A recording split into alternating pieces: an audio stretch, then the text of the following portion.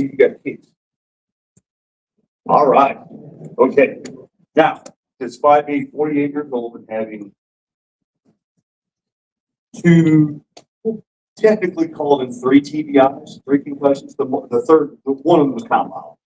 Despite having my bell rung a couple times, being 48 years old, I can still remember a couple of things. One, I remember teaching my daughters how to tie their shoes. Heck, I even remember how to tie my shoes, learning how to tie mine, right? Raise your hand if you nailed it. If you can remember learning how to tie your shoes, raise your hand if you nailed it the first time. The sanctuary's right over there. It's right over there. Did not tie my shoes right the first time. Did not tie my shoes right. Yeah, I'm not.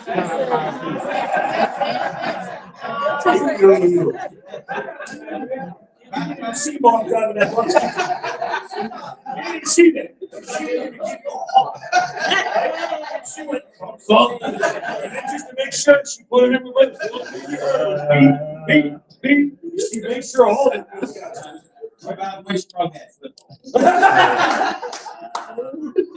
Here's my point behind that, right? Every one of us in here is capable of tying our shoes, okay? Our children, when we teach them to learn how to tie their shoes, they don't nail it the first time. They fumble the heck out of it, do they not? All right? Sometimes it ends up in a colossal knotted mess that even we struggle to correct. Okay? But then eventually, over time, over getting a lot of practice, what we call in training sections, a lot of repetitions, eventually they start to gain a level of proficiency. Okay? Let me ask you, of the folks that tied your shoes in here, raise your hands. Who tied it? Who has shoes on that they hadn't tied them? All right. Let me ask you, what do you think about why you tied your shoes? That's one, yeah. But did you think about it? You thought about all manner of things, right? I got to do this. I got to do that. And I hope this dude that I got to listen to today is not born, right? You're like, I appreciate it, right? You thought about all manner of different things, correct? Did you think about the process of how to tie your shoes? Exactly. Right? When you were a child, what you do? You had to focus, did you not? Okay? You have what we say, you have mastered, okay? And I'm going to relate this to firearm shooting. I do a lot of that teaching, okay? We have fundamentals in firearms, okay? And if you master those fundamentals in firearms, you be gaining a level of proficiency. It's not automatic. If you equate it to sports, right? Wearing my USA hockey hoodie today, right? I grew up playing hockey. I still play hockey. I'm a huge hockey nut, right? The gold medal game, US is playing Canada tomorrow morning, okay? So God will forgive me. A sport, I don't care if it's playing basketball, there's fundamentals, are there not? Football, fundamentals. Swinging a bat, fundamentals. Okay? You've mastered the fundamentals of tying your shoes. That's how you're able to just knock it out, not think about it. Okay? When you were a child, or when your children were learning to tie their shoes, when you were learning to tie them and you made a mistake, it was rather catastrophic, was it not? Okay? Rather catastrophic. But boy, I have no idea what I got myself into, right? You had to stop, completely disassemble the entire thing, start all over again, right? Nowadays, because you've mastered that fundamental, what you end up doing is your brain, consciously or subconsciously, is picking up on that mistake, right? In real time. And it's making corrections for it as you go, right? And you just shoot, move, and communicate, as we say, right? You just move on. There's no wait. There's no, oh God, I'm going to need an adult, right? You don't no pause like that. So why do I say all that? I say all that because how many of you have been through any sort of active shooter or active assailant training? You got on your barricaded doors and you ran around like crazy people. Yeah, we did. We've done that, right? Yeah, how many times, how many scenarios did you go through? One day. In that 1 day of training, how many times did you practice the scenario? A couple, maybe. Right? How much proficiency do you think you gained in 3 repetitions in 1 day? Right? Does it look cool? Does it give you a false sense of ability? Does it not? Right? So when the chief's office tasked me with this, instead of coming out here and us playing pretend for an hour, a couple hours, right, and running around like crazy folks, Mm-hmm. I would rather take advantage of something you guys have been doing your entire lives. Okay? Thinking, processing, right? How many of you had to process what to wear today, what time to get up, what route to get here, right? We had to think about things. On your way here, you do it all the time when you're driving, right? You do it all the time when you're driving. You process what's going on around you. How many times have you predicted? You look at someone driving ahead of you and you're like, that dude's coming over. He's going to cut me off. What tells you that's going to happen? Can you see the future? No. What do you observe? What's his name? It's movements, right? You see that car shift just a little bit in that lane, do you not? You see his face looking into your lane and his side view mirror, right? You see all these little things, okay? That's because you're observing the world around you. You're not locked away, you're not paying attention or ignorant, okay? That's what prevents you from doing that. That's what prevents that guy, that person from being able to cut you off and cause an accident. They might still come over, but your brain has already processed what's going on. You're like, all right, dude, I'm gonna give him a little bit of space, right? Let him come on over because I can't control stupid, right? Never argue with an idiot, okay? They will drag you down to their level and beat you with experience, okay? So let them have it. I'm asking you folks to do the same thing, okay? I'm asking you folks to do the same thing and have those same observations here, right? Now, here's a common theme that a lot of folks, when you start getting into this training, in law enforcement. I just had, I don't know if those of you on social media saw we had 3 recruits graduating the other day, right?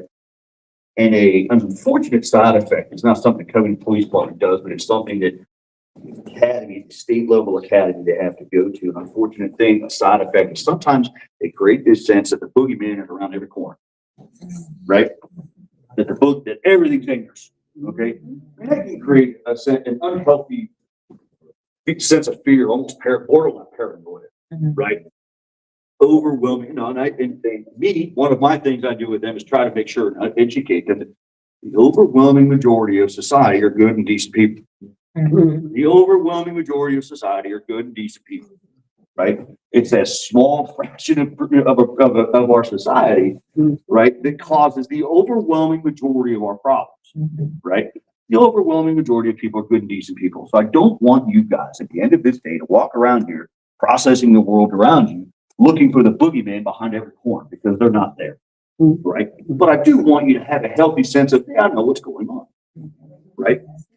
How many of you folks stand out front and greet at the front door? When people are coming in? Yeah. Right, you're ushers, right? That right there, you have an incredible opportunity. An incredible opportunity. Okay? Now, a couple things we can do, and we use this in law enforcement, right? Okay, Ms. Angie, I'm gonna borrow you for a second. Young lady, what's your name? Shauna. Shauna? Okay, all right. Shauna, can you mind coming up here? I don't want to make you walk too far. You got a blunt leg. All right, I ain't gonna make you do that. All right. Now, real quick, here's all I'm gonna do. I'm gonna walk up and introduce myself to you. Right? You stand up here, young lady. All right. Ready? All right. How are you doing today? I get the smile and she doesn't. You got a smile. She did. I smiled at Miss Angie, right? What you see in their own behaviors? What you see in their own body language? What could I elicit from Angie? A response, a smile, right? A smile. Okay? You're already starting to smile. You seem like a genuinely happy lady. So it kind of hurts mine, but you're not. But I still didn't elicit the same response out of it. Okay, that's mirroring. We use that. I show up on scene somewhere when I used to be a road cop, work patrol. I show up on scene somewhere and I introduce myself or interact with somebody. I'm paying attention to what I'm getting back from them. Okay? I'm paying, you can sit down, ladies. You can say it if you'd like to. I enjoy the company. I enjoy the company. I'm gleaning a significant amount of intelligence right from that interaction. Right there. Now, does that mean that every person who doesn't mirror my pleasant demeanor, does that mean that they're the boogeyman? No, absolutely not. But that gives me an opportunity to start going, what's up? You might be just having a bad day. Right.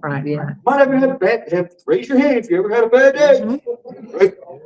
raise both hands if that bad day you ever took it out on some unfortunate soul that didn't deserve it. Okay? If I had more hands, I'd raise them. All right? Because I know I've done it. That might be the case. Right? But it gives you folks, right? It gives you ushers an opportunity to go, so, all right, maybe I'm gonna watch just a little more. Okay, maybe I'm gonna see what they do. Pay a little more attention to what they do. Okay? Lots of, because it might be lots of different things. Okay, and another big thing, like there's a whole giant production that instead of putting that on, I'd rather like having discussions. Okay, if you ain't figured out, I'm a talker. A very common misconception, a common focus of all these things. When you talk about training like this, what do they label it? It's active what? Active shooter. Active shooter. We don't. The production we have, the thing I've created, the thing I teach, and actually what the feds started to teach, not active shooter, it's active assailant. Why? Say it loud and proud. Everybody doesn't shoot. Right? Exactly. Exactly. Let me ask you something, right? If you're killed by gunfire or clubbed to death like a baby seal, is the outcome any different? It don't matter. Exactly. Okay. So the focus of, instead of us focusing on an implement, guns, knives, bombs, rocket launchers, grenades, weapons grade plutonium. I can't help you with that last one. Instead of focusing on the implement, let's focus on the act and the actor. Okay, the things they're doing. Every single one of those incidents, whether you I don't care what implement they use or method they use, every single one of those incidents, there was indicators. There was indicators. Okay, something's going on, or my spidey senses are tingling, my antennae are going. Something should have occurred to cause you to stop doing this, right, or pay more attention. So I want us to focus on the act and the actor, not the object. Little known fact, we've all heard about, I forget how many years ago it was, the Las Vegas shooting. You know, until that shooting, the largest casualty count, you know how many rounds were fired? How many bullets were fired? In Vegas, a lot. Up until Vegas, the incident with the largest casualty count, one bullet. Where was it? Which one? No, there was bullets fired, a lot of bullets fired there. 1934. Bath County, Michigan. Right? Rural part of central Michigan, Bath County, right? I lived in, for a couple of years of my life, I lived in the Upper Peninsula of Michigan. My little brother's actually born there. You think you guys get snow? You have no idea. I was telling my daughters when they're complaining about this last one. I looked it up just to confirm. Ladies, we got 197 inches on an average every year. You ain't seen that in your lifetime, right? Right. I got a 20-year-old and a 17-year-old. It's like, you ain't seen 197 inches of snow in your lifetime here. Quit your crying. Get out there and shovel. So, Bath County, Michigan. Any folks here ever live in a rural part anywhere, Kentucky or any other state, ever live on a farm? Yeah? Okay. What happens when something happens to your farm? Your neighbor's farm. Your neighbor's farm's on fire. What you doing? You going out there to help, right? Because even now in present day, okay, you get out in the rural areas, you do not have help minutes away. Minutes away. And in fact, like part of the problem, like I mentioned the academy and how they teach the boogeyman is around every corner. That's because you get outside of northern Kentucky, you get away from Jefferson County, Fayette County, Bowling Green, Frankfort. You got help. Like those dudes, they might be the only one working for an entire county. County sheriff. If they want backup, they got to schedule it in advance. It's 45 minutes away. Okay. I've been in some fights before where you waited a minute or two for another guy to get there. That felt like forever. I cannot imagine 45 minutes. But the same holds true for fire departments and EMTs and all the other things out in these same areas. They ain't coming quick. Right? So what happened back then is, what was going on, first of all, in our society in the 30s? Depression, right? Going through the depression, okay? And I don't name the suspects. I won't give them that credit or that honor, okay? I hate the fact, I wish we would stop acknowledging people who commit these horrible acts. I genuinely think if we stop giving them so much attention and so much focus, we might cut down on some of these. That's just Jeff Cook's personal opinion. So I won't name this turd. Right? It's the most polite thing I can call him right now. Right? He worked in the Bass County Schoolhouse as kind of like a janitor, handyman, Johnny do it all, right? But he was also in a farm he was losing due to back taxes. Right? That's when he worked during that time period. And he was running for a local school board or other county position. He had lost that election. So he's real mad. And he's disgruntled. And over a period of time, starts staging explosive dynamite specifically. Back then, you could buy dynamite in a hardware store, right? So he starts storing all of this in various parts of the school, okay, over a period of time. And on the day of the event, goes home and bludgeons his wife to death. Right? And then sets his house on fire, which causes all of his neighbors to do what? Right? Because you don't have, you're literally talking about bucket brigades back then, especially the rural anyway. Okay. So you got folks running to his house. Okay. Trying to save this guy because they think, oh gosh, something bad's happened. And once he gets a large enough crowd or feels there's a large enough crowd at his house, he then sets off the explosives at the school. Kills and injures a bunch of people at the schoolhouse. What do you think that causes in that area, in Bath County? Devastation, a lot of confusion, a lot of people running back and forth. Right. Like, oh my Lord, what's going on? Right? How many of you know? So you guys got a taste of it on 9/11. How many of you, after the third crash, after the second tower went down, you're like, oh boy, this is different. Right. Right? This is different. When you started hearing about more, you're like, oh boy, what's going on? That was happening, but on a much smaller scale, right? Much more localized to that. And this guy waited until he got a large enough crowd outside the schoolhouse, and then he drove his pickup truck into the middle of them. And everybody looked at it and went, this is perfectly normal because he belongs here, right? He's a handyman. His pickup truck was also laden with explosives and a bunch of scrap metal to add shrapnel to it. Once he got into the middle of the crowd, he used a lever action rifle. He used the rifle, the bullet from the rifle as the initiator for the explosives. Okay. Pulled the trigger one time, explosives went off. That casualty count stood for decades. Decades that casualty count stood. I'm glad more people didn't get injured in incidents. But it stood for decades. One bullet was fired. Should I be scared of the implement or the actor and the actions? Right? I don't care because again, like I asked about before, whether you shoot somebody, run them over with a car, club them like a baby seal, dead is dead is dead. Right? My concern is you being safe. So we've already talked about, right, things I could do to try and look for, right? You guys are a church, and I've done this in a lot of churches, right? And one of the common questions I get is, what do I do about that person? Right? You guys get any homeless that like to come here? Yeah. A fair amount. Okay. I know, like Mother of God, I've done this there a couple times in a couple other churches. They get a fair amount. And they're like, do we turn them away? No. That's it. Hey, listen, I was raised Catholic, right? I'm not going to tell you to do that, right? Because church to me should be a welcoming place to all, right? So that's a very hard thing. We need to understand in the process. That's risks I'm undertaking. Okay. Nothing, we often in society, I see it in law enforcement. We try to create situations where there's zero risk anymore. It's impossible. Right. It's impossible. Right. The only way to completely eliminate risk is to live in a freaking bunker underground and never leave the hole. Right. You got to have, every time you step out the door, there's going to be risk. You might get hit by a bus. You can do everything else right to get hit by a bus. Right. So what we can't do, however, is mitigate. Okay, I don't want to, I strongly urge you folks, because again, it kind of destroys the whole purpose of being in church, right? If we start turning it into Fort Knox, right? We start turning folks away at the door because they may not seem like us, right?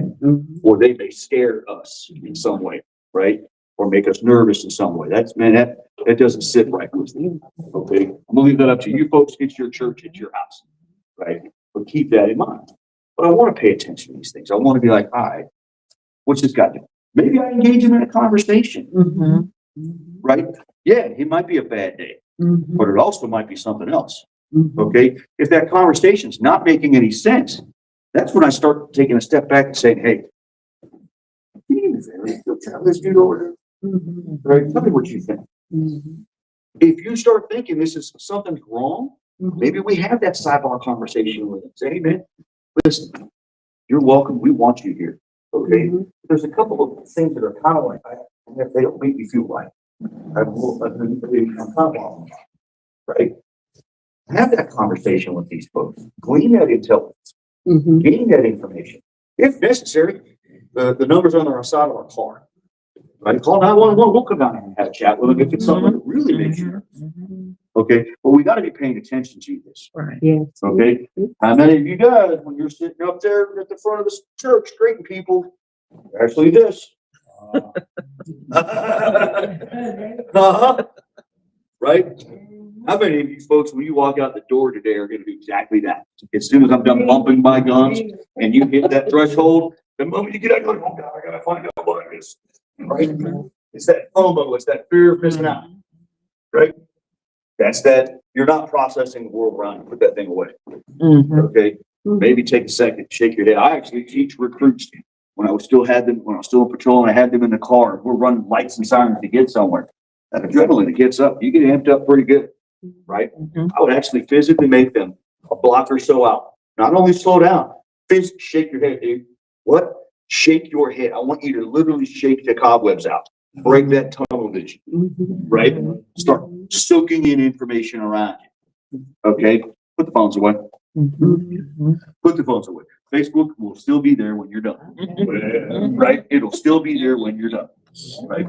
You're up there and you're greeting folks. Put the phones away. Right? Trust me, some of our cops got me nuts with that stuff.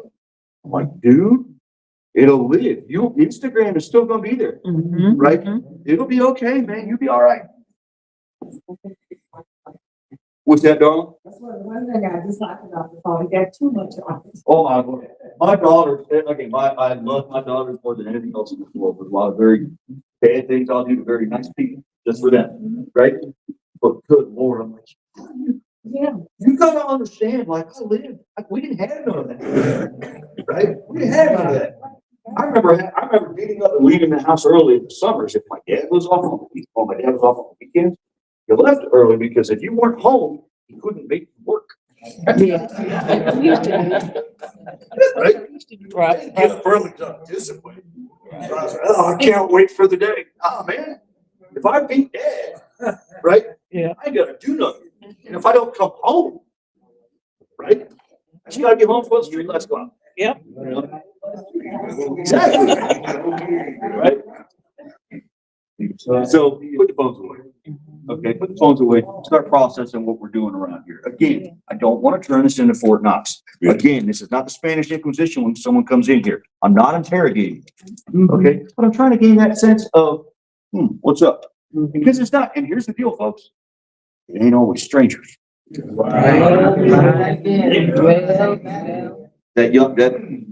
turd in Bath County, remember, everybody was perfectly accepting of him weaving through the middle of the crowd. Because he was supposed to be here. It's not always strangers. Don't get complacent. Okay? It doesn't mean you need to start looking around the room and be like, which one of you? Right.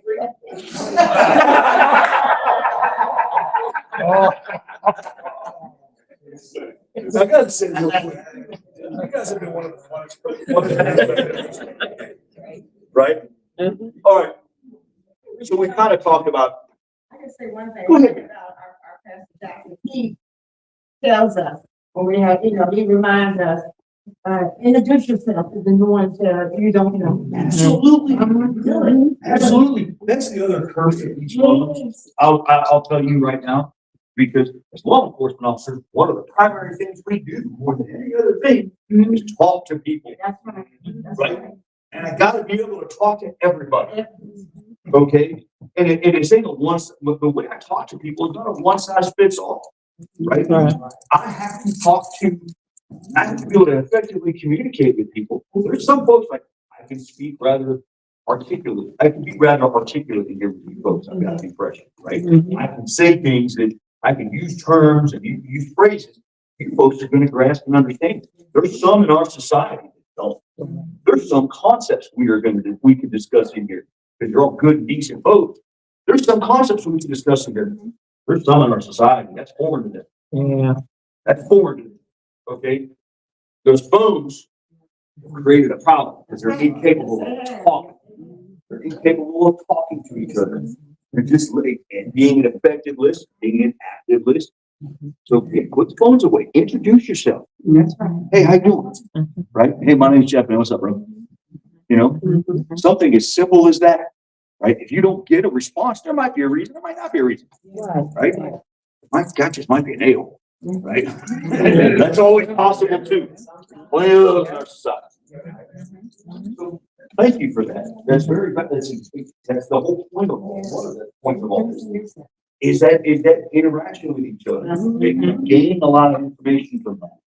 Okay, I gain a lot of information just from your body language. Okay, if I'm paying attention to it. Well, so we've kind of talked about recognizing, right? What about responding to it? All right, how many of you have been through the things where you do the scenarios and you run around and they have fake gunshots and Oh, yeah. We did. okay, what are some examples of response to that? Oh, no, I'm talking about if there is an active assailant in the building or coming to the building. What's some of the things that you did in those scenarios to respond? Depending on your position, you get down Mhm. or you get to the nearest. There's one thing the feds are doing right. Okay, one thing that I think they're doing right, one of them is they're teaching run, hide, fight. How many of you have ever heard that before? Yeah. Yeah, right. Here's the reason I like run, hide, fight.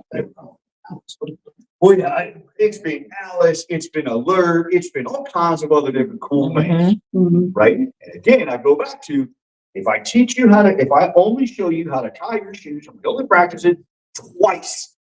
How good are you going to be? Not at all, right? You're going to be like me when it comes to computers. You're going to be functionally incompetent, right? Like, oh, I have no idea what I'm doing. I need an adult. So we're not going to do that. Right? But how many of you have ever run in your life? Oh, shoot, right? Short of having any sort of disability or other ambulatory issues, I'm 48, but even though I'm only 48, I got a lot of miles on my body between here and the Marine Corps and hockey, right? I've broken every finger, I've broken every toe, I've broken my nose several times, this eye orbital, these ribs down here, tore this cartilage, tore the ligaments in the front of your ankle, a couple of TBIs. I've had them all, right? Blown out my back a couple times.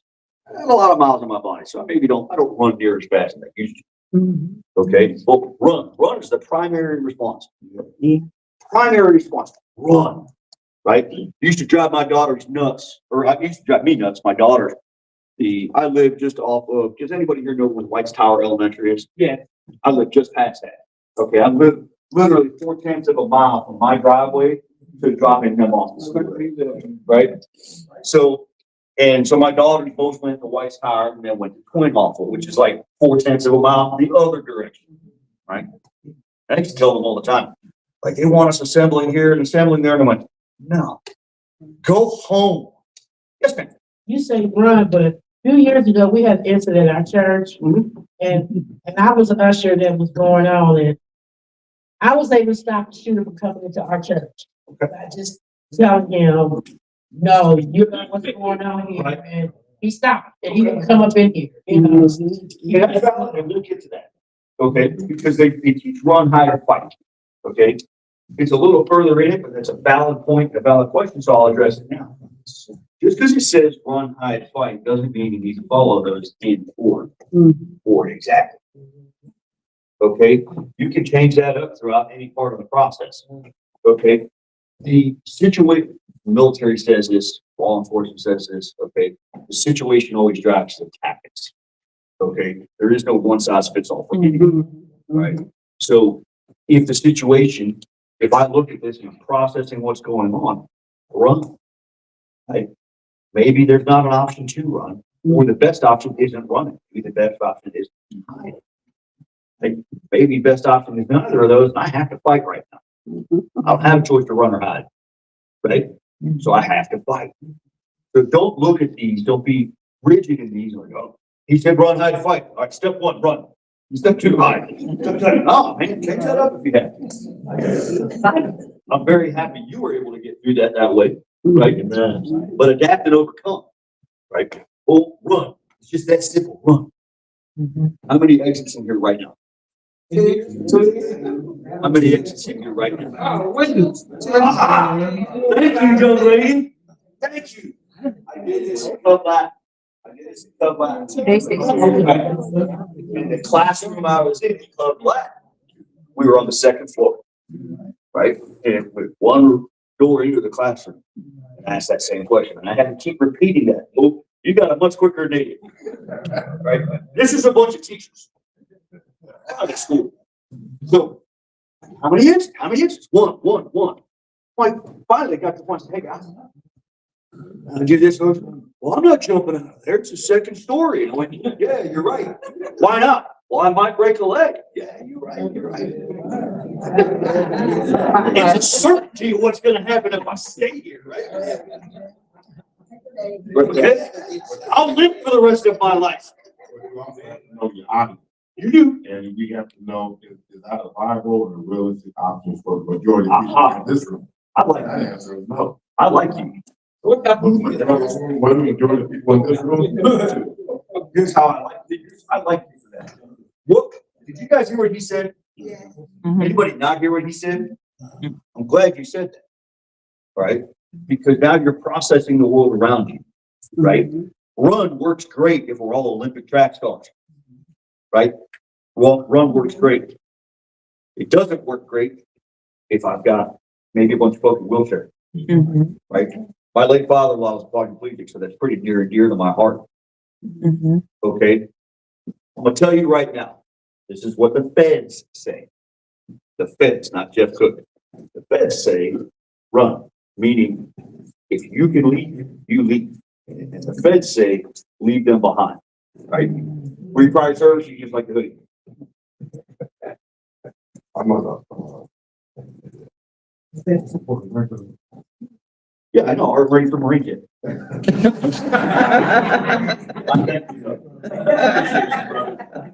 You know, I can't let it slide. I gotta have the joke.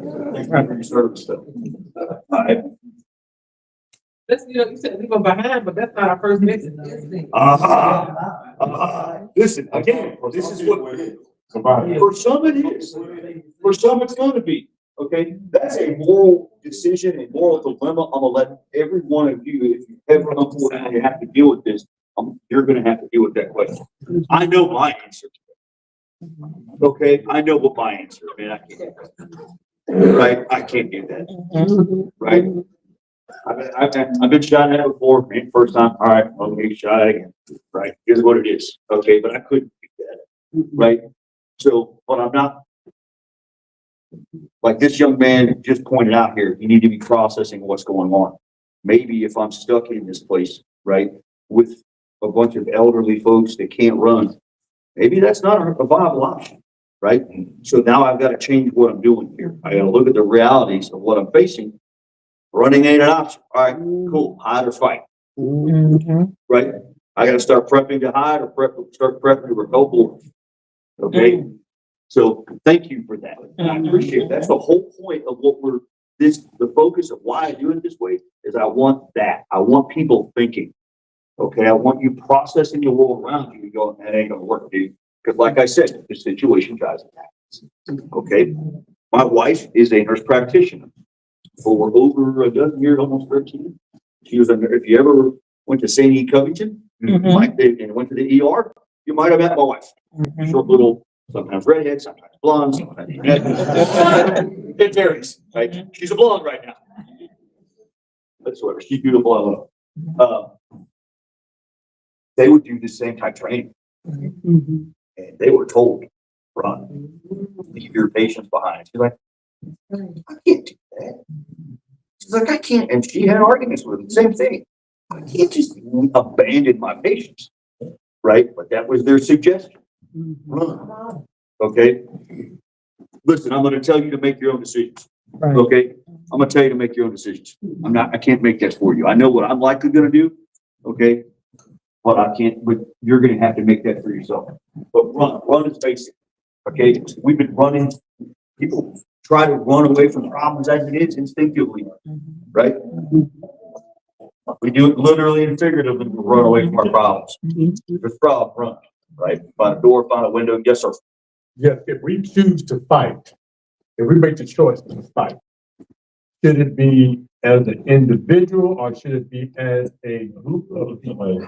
You guys are killing it. No, you're killing it, seriously. So we eventually normally get there if the folks aren't paying attention and not thinking and not processing, we eventually get to that point. Yeah. I eventually get to that part of construction. Absolutely fight together. Yeah. Absolutely fight together. Right? Okay, here's the deal. Let's face facts. I'm not a big burly guy that can beat everybody up, right? Pretty confident. One-on-one, I can take every woman in here. Wait for it. Wait for it. Wait for it. I said one-on-one. I said one-on-one. If I gotta fight a couple of you, oh boy. Right? If I gotta fight a couple of you, man, I better bring a lunch. Right? If I gotta fight all of you, I'm done. Right? I'm done. Darling, I went to 21 schools in 12 years. Okay? I had been to, my dad was an airplane pilot. Okay? Some of the places I went to make homes look like Candyland. Right? Trust me. Right? So I've been both ends of the spectrum. I've been to schools where you don't see anything but white faces. You might see, there might be 4 or 5 people that ain't a white face. But I've been to schools that are the inverse as well. Right? Where I was the rarity. Okay? So I've seen it.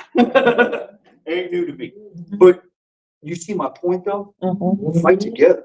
Yeah. Right? Fight together. Because I ain't taking all of you. I ain't taking a group of you. Okay? And I don't care where you are. I don't care if you're a bunch of nuns. Right? I don't care if you're a bunch of middle school teachers. Whatever you are, man. Like that whole, there's strength in numbers. Right? So you said, thank you. We normally get there. Normally I got to drag that out, folks. You guys are killing it this morning. I appreciate that about you. But fight together. And when I say fight together, right? Be smart about it. Right? One of you quarterback this thing. Like, hey, you get the left leg, you get the right leg, you get the right arm, you get the left arm. I'm going for the weapon. You choke that dude out. Right? Now, yes, no, please follow me. We had an incident here, it's been a couple years ago, but it was our Bible study.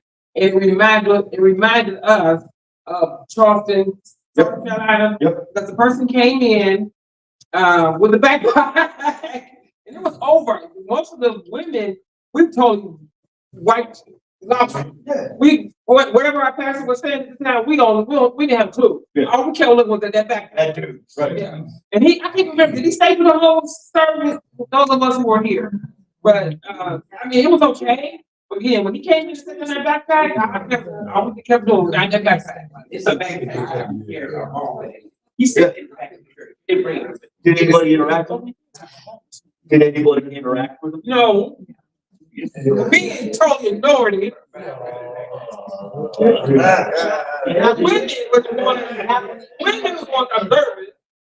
Again, you can glean. It goes back to what I talked about earlier, the very beginning here, right? That initial interaction, one, I can glean a lot of information from it, right? Here's another thing about that too, another facet of it, right? Just one person. Just one person. Just that one. You gave a lot of info. But here's another factor as well, okay? If you look at that turn in South Carolina, you look at any of these other ones, who do they hit? What targets do they go? Easy targets. Easy targets. Law enforcement has been attacked. We've been attacked. Typically, it's from a distance, right? They're not coming up face to face to do it. Why not? And it's not because I'm so it's not that. I got weapons, I got tools, I got friends, I got protection, right? I brought more guns to the game than you did. Right? So, yeah, they're not going, I wish I had an armored car. They ain't going after that. Right? They ain't going after that. They're going after soft targets. Yeah. You gotta make yourself look unappealing. Right? The more switched on you look, the more attentive you appear and come across the folks. Right? Man, I'll move on to the next one, dude. Right? It's not a guarantee. Nothing, there are no guarantees in this life. But it increases the likelihood that they go, nope, not this place, not today. Okay? That's why they're all going to every one of these places. I don't care whether you're pro-gun, anti-gun, whether it involves a gun, it involves a truck, it involves a knife. They're all soft targets. Every one of them is soft targets. Okay? None of them are hardened. One of the only hardened places that's been attacked one-on-one, they call it hardened, was military base. Anybody familiar with that one? Right? It was one of their own, though, It wasn't was one of their own. Yes, it was. Where'd you serve at? What base were you stationed at? Okay. What do they allow when you were there? Did they allow you to carry a gun on Fort Campbell? So you're going to the range, right? So you go to the range in the morning. If you're going to the range or any of the ranges, right? The Army, every soldier I've talked to is pretty familiar. I would go to the armory, I'd check out my weapon, right? I go to the range, I do my thing, or I go to whatever training course or training LZ. We do our thing with it. We go to the field with it, whatever. There was a specified window we had to be back with those. Did you ever experience a day where someone didn't make it back in that window? What'd they do? What happened on that base? Locked down, is there. The whole place is locked down. Right? The whole place is locked down. They have amnesty boxes on the ranges and at the armory. You know what the purpose of the amnesty boxes are? In case you have live ammo on you, you can turn that in without getting in trouble. They are so highly restrictive about weapons on military bases, right? Highly restricted. So people will point to that, well, see, there's a hard target there. No, there's not. Because the overwhelming majority of those men and women are going to follow orders and obey the laws on the base. They're not going to carry weapons illegally. The overwhelming majority are not, right? More so than the average society member will do. They're more stringent and more careful. That's even softer than out here if I get a gun in there. Right? So they're going after those soft targets. So I want to talk to them. I want to interact with them. Right? I want to gain that information, but I also want to instill into them that, so they're actually paying attention to everything I do. Right? It's just like thieves. It's just like anything else. Right? I work in bike patrol for a number of years. You used to catch dudes because nobody notices a cop on a bike. It's amazing. Right? I don't know how. Like I would make eye contact with dudes right up on them. Be like, oh man. Like, bro, we made eye contact. Like, how'd you not know I was coming? We catch people walking down the street, pulling door hands, pulling door hands, pulling door hands, pulling door hands, pulling door hands. And as soon as one opened, right inside. Criminals, turds, water, electricity all follow the path of least resistance. The path of least resistance, right? Overwhelmingly, you'll have aberrations, obviously, but overwhelmingly they follow the path of least resistance. So make it more difficult. I'm not talking about aesthetics, how pretty it looks. Make it look unappealing. Make it look so the juice ain't worth the squeeze, right? So hide, right? My youngest, or my oldest, when she was little, one of her favorite games to play, mine too. Hide and seek. Hide and seek. So, although she wasn't terribly good at it when she started, right? Because, I get done counting, and, any of your moms and dads in here when you're playing hide and seek, you go, is she under the table? You make these big productions, right? Again, when I say she's cute, she wasn't very good at it because I'd say that. Is she under the table? She goes, no, Daddy, I'm behind the curtain. Don't do that. Don't do that. Right? But what are some things, let's think about this, right? What are some things I want to consider when I am hiding? Be silent. All right, say that loud. Be silent. What should be silent? Okay, everything. What's some of those everythings that should be silent? Your phone, right? The biggest one's your phone. Turn the darn thing off. Just turn it off. Because even if you put it on vibrate, it's quiet, you're gonna hear it. You're gonna hear it. And you should turn your illumination down. Just turn it off. Yeah. Just turn it off. How many folks need to call 911? One. Right? One. Right? You don't need 1,000. And here's the deal. For those of you that aren't familiar with how 911 works, if you call the non-emergency number or you call 911, it's received by the exact same call taker. Yeah. Exact same call taker. They triage. Right? So if what you're calling about is not important, they're like, oh, cool, give me a second. Right? If it's really important, they'll get to it. So you're not gaining anything extra by calling a different one over the other. So just call 911, keep it simple. But again, hey, there's a dude threatening people with a gun in here. Turn up. And if I have to hide, if I'm compelled to hide, I'm gonna turn my phone off. And the reason I'm gonna turn my phone off is I don't want to give away anything. Right? If you hang up, dispatch is gonna try and call you back. If you hang up on them, they're gonna try and call you back. I'm telling you right now, that's what they're gonna do. I don't want that beep, the buzzing sound. You know what I mean? We've all heard it. You all hear that vibrating. Whose phone's ringing? Right? We do it all the time. Somebody's phone. Turn the phones off. What's that?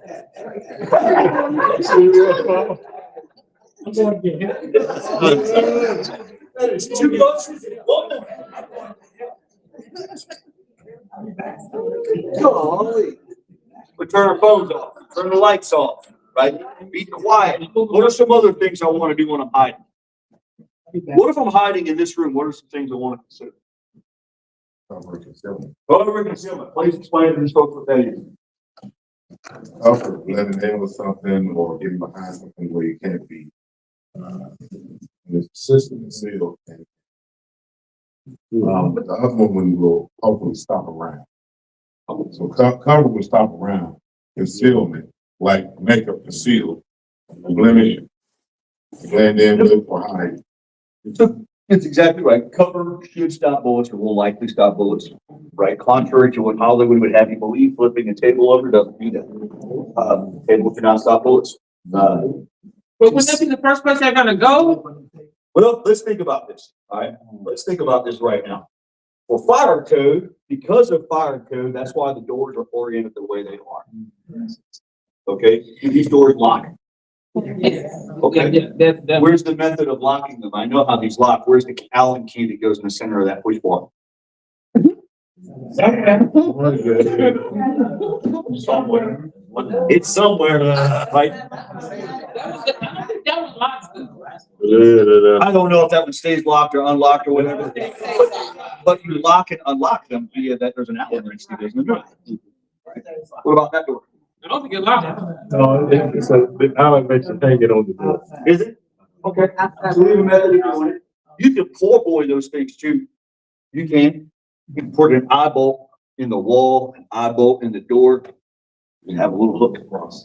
Yeah. Right? You can do things like that, right? You can. Let's talk about this stuff. Who's wearing a belt?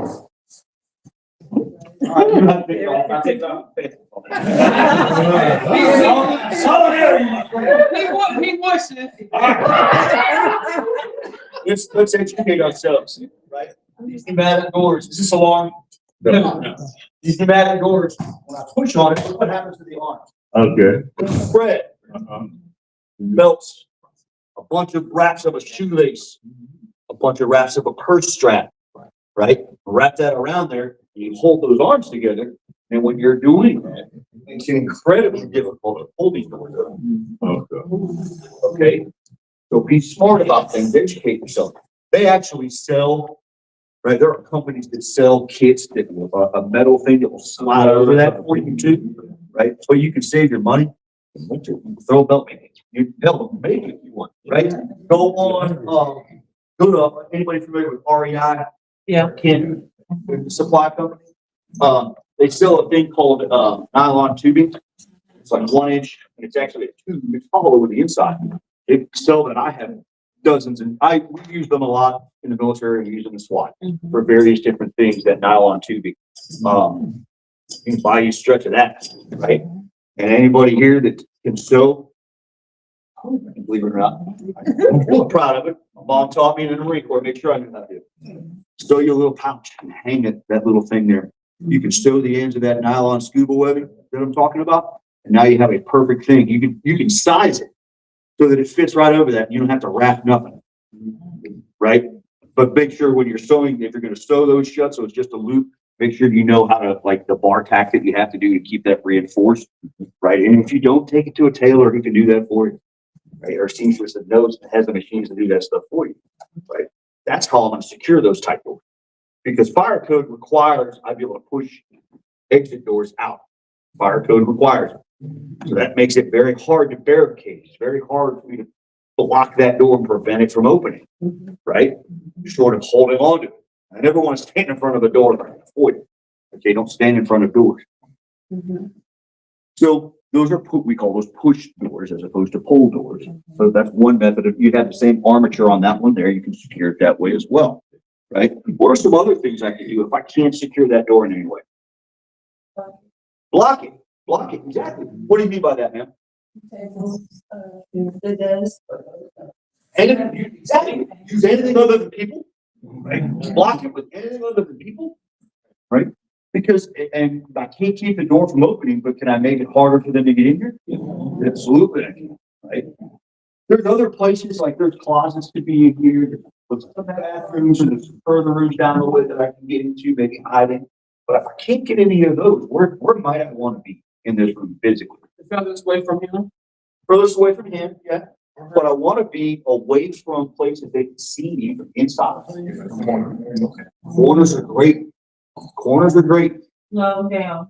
Get down low if you can, right? But corners are great. Corners are great because it's really hard to see you from closed doors or open doors or through windows. Okay? We call them, when we're clearing space and we're doing that room clearing stuff, these are hard corners. These are the last thing we see when we clear rooms, are these hard corners. Okay, so that's where I want to be. I'm out of the angles of the doorway, right? Every doorway has anywhere from 90 to 180 degrees of angle visible to it from the outside. If you look at that, it's a right angle. It has 90 degrees from the outside. You can see into this room with, right? Over here, you have 180 degrees if I'm standing all the way in the threshold. But unless I'm standing in there, that collapses. Those angles start shrinking and I start losing those hard corners the further away I am from the door. Right? So get into those corners if I am high. Right? Turn the lights off, turn your phones off, turn your mouth off. Right? That's going to be hard. That's going to be really, really, really, really, really, really, really, really, really hard for some folks. Right? A good thing to do if you've got your wits about you is those folks that don't, just to have them focus on their breathing. Right? In for two, hold for two, out for two. In for two, hold for two, out for two. Do it with breathe with. Right? Two things are occurring. They're focusing on something other than what's going on. Sometimes that mental shift can be enough to calm you down a little bit, or at least keep them from freaking out and giving away your position. And two is oxygenating your blood, because it's oxygenating their blood. They're physically going to calm down. It's going to slow their heart rate, slow their respiration rate. Okay, so we want to do that, right? Again, we're quarterbacking, right? If we can, we're quarterbacking, right? If that don't work and it won't shut up, what might I have to do? Smack it, man. You get her first of all. Okay. Unlike Hollywood, even if you do knock somebody out, it ain't lasting but a couple of seconds. It might feel better, but it ain't lasting but a couple of seconds. Okay. And even then, if you hit them hard enough for it to last a long time, right? You'll start having serious mental problems, serious brain injuries. Like when you start seeing the Frankenstein arms come up, right? Or they start curling. Yeah. We don't want it. It would be you. It would be.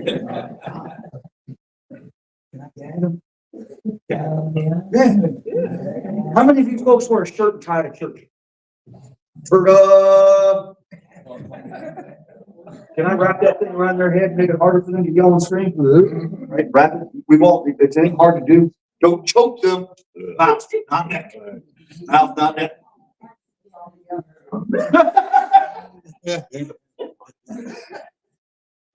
I love crying.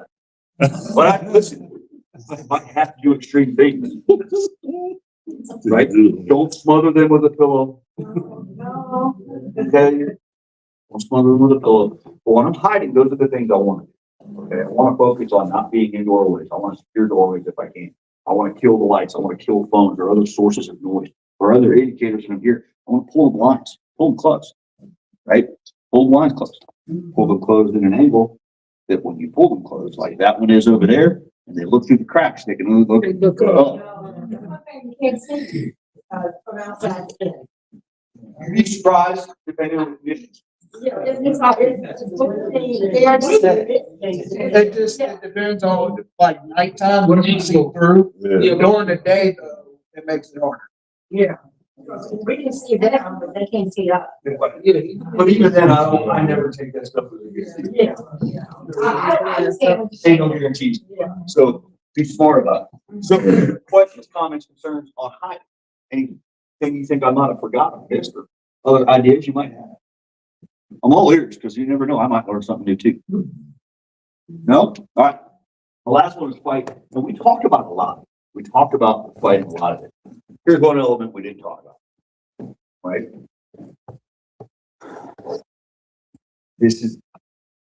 We're not fighting fair. Okay? Fairness has gone out the window. Okay? Fairness has gone out the window. Right? And this is one thing like I had when I'm teaching cops about using force and stuff, right? The overwhelming majority of the times when a law enforcement officer has to use force, the overwhelming majority of the time, they're using force to protect themselves, but they're using force to protect themselves from the possibility of being injured in this. The overwhelming majority of the people that resist law enforcement are just trying to resist being arrested. They'll just get away.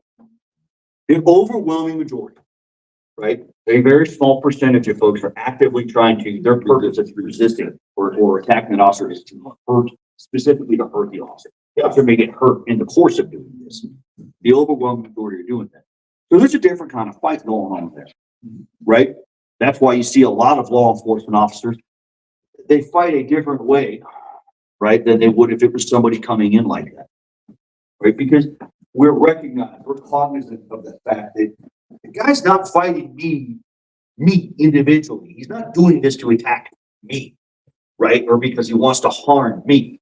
I might get harmed in the process, but that's a byproduct. That's not the direct action of this. They're trying to get away, right? Or they're trying to just, even if they're not trying to get away, they're just trying to not get arrested, right? It's a human reaction. It's natural. It's perfectly, you know what I mean? I don't agree with it. I'm not condoning it, but I completely understand that, because let's face it, at our basic level, every one of us is an animal, right? And there's certain animal instincts that kick in, and that survival kicks in, right? Again, I don't condone it. I don't agree with it, but I understand it, right? But that's a different kind of fighting. This is different when it gets to things like this. This is very different. What's different about it? It's a different kind of survival. The other one's survival too. What kind of survival? It's that final kind. It's that final kind, okay? You might have to commit acts that you otherwise think you would consider abhorrent. All right? You might have to do things that you would otherwise consider to be abhorrent, right? Because if this person is intent on killing you or killing others, right? So doing them might not be enough. You might have to kill them. Okay? I have unfortunately in my life had to commit acts of violence against other human beings. That's one of the unsettling parts of my career that I take no enjoyment from. Okay? I have nothing but regret because I couldn't find a different way to solve it. Okay? So, but that's one of those things that, it's somber tone, man. Everything changed, and you could feel the air in the room change a little bit, right? You guys are thinking, we're going to have to commit acts that we otherwise, as good and decent people, would consider abhorrent, right? When we hear these stories, they're revolting to us, right? So that's what fighting is, right? It is not going to be pretty. Do not romanticize any part of this. Okay, violence is ugly. I've never seen violence that wasn't ugly. Okay, it's always ugly. But you need to have that understanding that if it gets to that point, that's what it has to be. Now, remember I said we can do lots of these things in order or out of order. Could I potentially go from fighting to running? I should. I'll be quite honest with you. If my best option is to get out of the area. Right? So if I can win that fight enough that I can get out of the area, go. Right? I've had a gun on me since I joined the Marine Corps in '97. Right? So I've carried a gun in one fashion or another since the '90s. Right? When my wife and I were dating, I explained to her, hey, I got a gun on me. When we had kids, she knew I already had a gun. Did nothing change, right? When it's me and I'm by myself, I'll be quite honest with you, I'm gonna leave. Right? Short of if I don't take action now, someone else might lose their life. I'm out, dude. I'm not doing things, right? Because I don't have a radio, not wearing body armor. You know, I don't have a bunch of extra magazines on me. I don't have flashlights and tasers and batons, OC, and a rifle in my car. All these other cool things, right? When if someone calls 911, how are the other cops showing up going to know that I'm a good guy? Good, right? So there's a lot of factors going on that I ain't getting involved unless it's directly affecting someone else's life.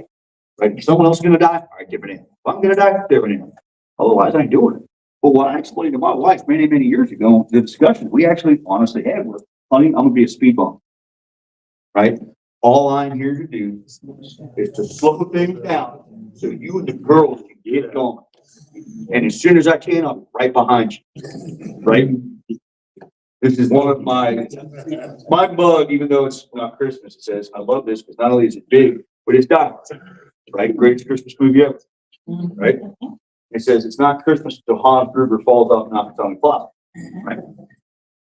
I am not John McClane. I have no aspirations of being John McClane. I ain't winning no gunfights. Running around barefoot, right? That ain't happening. Right?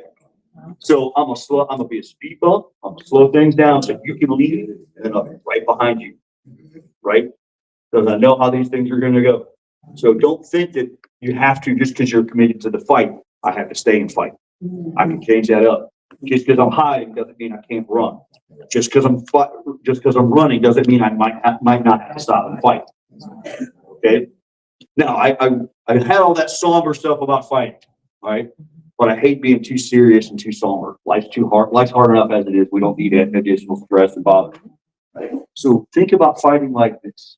I want everybody to imagine your favorite animal. Right? Everybody imagine your favorite animal. Got it? Come on. Don't be difficult. Imagine your favorite animal. You gotta have a favorite animal. All right, then. Sorry about your luck. Everybody got their favorite animal? I want you to imagine you are your favorite animal. All right, imagine you are your favorite animal. All right.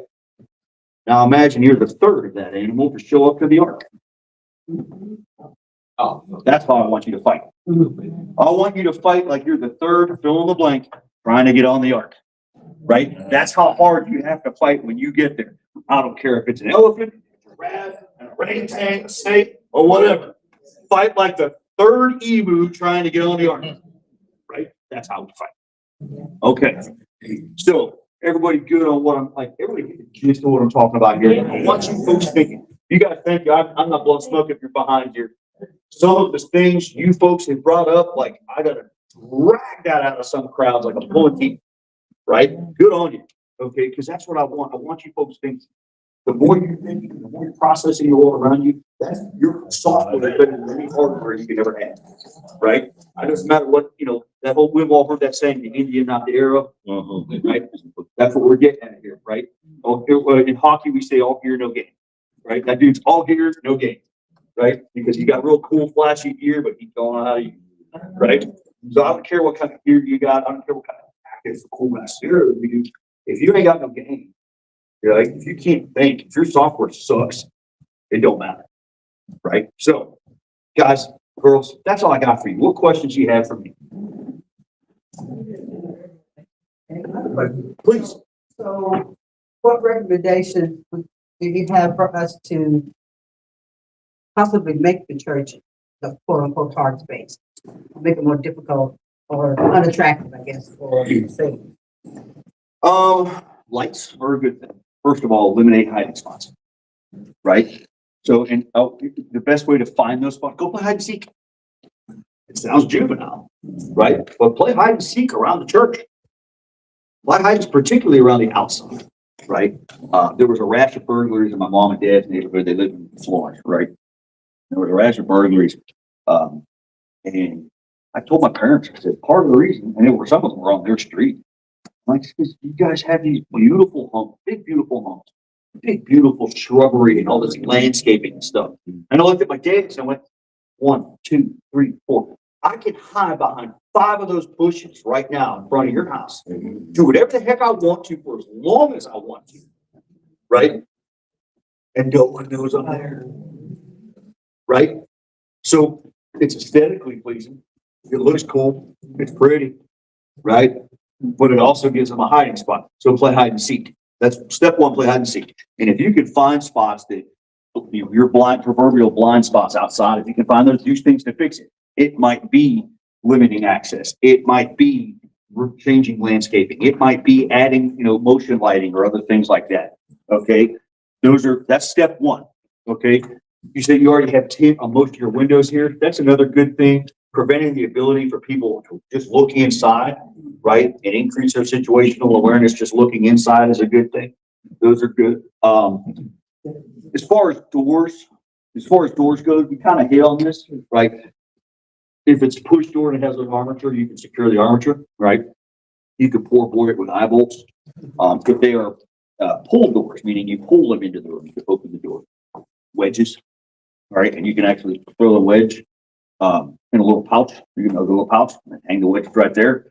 That way, that's where that wedge is for. Those are things that you can do to this. On that note, I will say this. I forgot about this part and I apologize. If you do secure a door, if you are hiding, stay there. Don't open it for anybody. Don't even open it if they just say, I'm the police. That's actually happened, where the suspect actually tried to gain entry into a secured room by identifying it's okay on the cops. They didn't, thankfully. No, trust me, I will breach that door. You keep it locked. Keep it secured. We will breach the door. All right. We have the capability of getting in. You don't have to open it for us. Right. Those are things I would do as far as hardening this goes, because again, you don't want checkpoint Charlie outside, right? You don't want to turn this into Fort Knox. You don't want it to be unwelcoming. You want the church to be a sanctuary. You want it to be a place where people come to, for solace, for happiness, for all manner of different things, right? You don't want them feeling scared. Okay, so you're gonna have. That's one of those things where you're gonna find that balance. I'm telling you this as Jeff Cook because the chief has said we don't do assessments, like site assessments. So take all of these as Jeff Cook telling you. Make sure you have methods of securing doors. Make sure you remove places people can hide and surprise you. Right? You don't want to be surprised walking out the door, walking in the door, or whatever. Does that answer your question, man? Yes. What else? Anybody else? Once, twice. Cool, guys. I appreciate you. I really do. And again, I apologize. And my youngest was like, Daddy, I'm so sorry. I was like, little buddy, it's okay. It's my fault. Not yours. So, all right. I'm out of here. I miss you more, baby. Miss Angie was back when I was a real cop, one of the bright shiny spots. No, she truly was. There were very few people that when I would go out to the jail that I enjoyed interacting with. She was one. Very, very scant few people. I don't know why there was so much.